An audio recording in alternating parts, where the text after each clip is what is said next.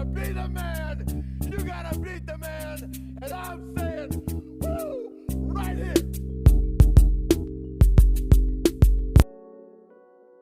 Welcome back to the channel where the art is always random and so am I. I'm drawing a new sketchbook drawing of Brainwave from Jupiter's Legacy. Some spoilers may happen by accident, so I warned you a non-spoiler review of the first episode is on my channel. Well, it's a first impressions video and you can go look at that in the previous video. Anyways, now let's get started with the review, but don't forget to like, comment, and subscribe to help me quit my job sooner. Jupiter's Legacy is a hit or miss depending on who you ask. Some people love it, some people hate it, but for me it's just right in the middle. Although the show is very interesting, it's also very basic at the same time. The characters, although very true to comics, their costumes look very odd and don't look very realistic. Well, some of them do, some of them don't. It all depends on anyways. It makes sense, if that makes sense. The problem is also that the show didn't really have as many fighting scenes as I would have liked to have, and I wish it had more superhero fights instead of just mostly talking and then, fighting between the kids and the family and all that stuff. I get it costs a lot of money for special effects and everything, but if you're gonna do a superhero show, you can't just have mostly talk. You need a lot of fight scenes as well, and that's kind of the reason why we watch superhero shows. We like to see the fights. Another big problem with the show is the kids grow up to be drug addict and the son who was his father's approval all the time. Not really a spoiler since you see it in the first episode, but yeah. If the show had a little bit less of that, I think it would be a lot better. Now let's talk about the reason I kept watching. I was really interested by the characters that are randomly talked about even though they've never really been seen before. I think Skyfox was a cool character and it's basically their universe's Batman, but bad. The flashback scene of them going to the past was good.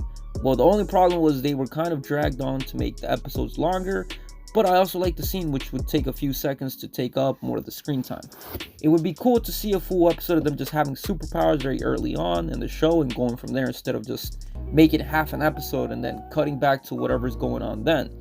Overall, the show was pretty solid. It's not good, it's not bad, but hopefully next season has a lot of more action. It just isn't dragged as much as what I'm hoping for. The show has potential to be good, but let's see what happens.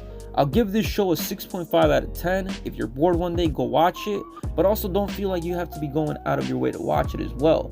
I think season 2 should be really good because it was a whole build-up season to what's going to happen in the future with betrayal, random background characters becoming the main bad guys, and a bunch of stuff that you barely shouldn't expect, but I kind of saw coming because I'm just very good at guessing. So that's basically it. And also the one thing I really like about the show is the hero's code, and it's basically what they live off of. How can I say, their personal rules to make sure it's checks and balances, like the government, even though the government's always corrupt, but that's a different story for a different day. So it's basically they don't kill, they don't get into politics and stuff like that. The war was happening, the World War II, World War whatever, and they did not get involved because they said it wasn't their job to solve human conflict and stuff like that. But they are getting involved in I don't know, there's a meteor coming, they'll go over there, break it, or there's something, a supervillain made something, that's when they step in and take over because regular humans can't do that. So I guess that's one cool way to look at it, and a lot of the end of the season is based off of that. Is the code worth it? Is the code old? Does the code need a new rule? And it's all started from episode 1, so it's pretty cool how they built up on that. But like I said, the problem is those flashback scenes are good, they're just way too long and dragged on. The outfits look pretty cool as well, as I mentioned earlier, but they kind of look a little weird and fake, and that's basically all I have to say. Thanks for watching. Like, comment, subscribe to help me quit my job, and I'm out.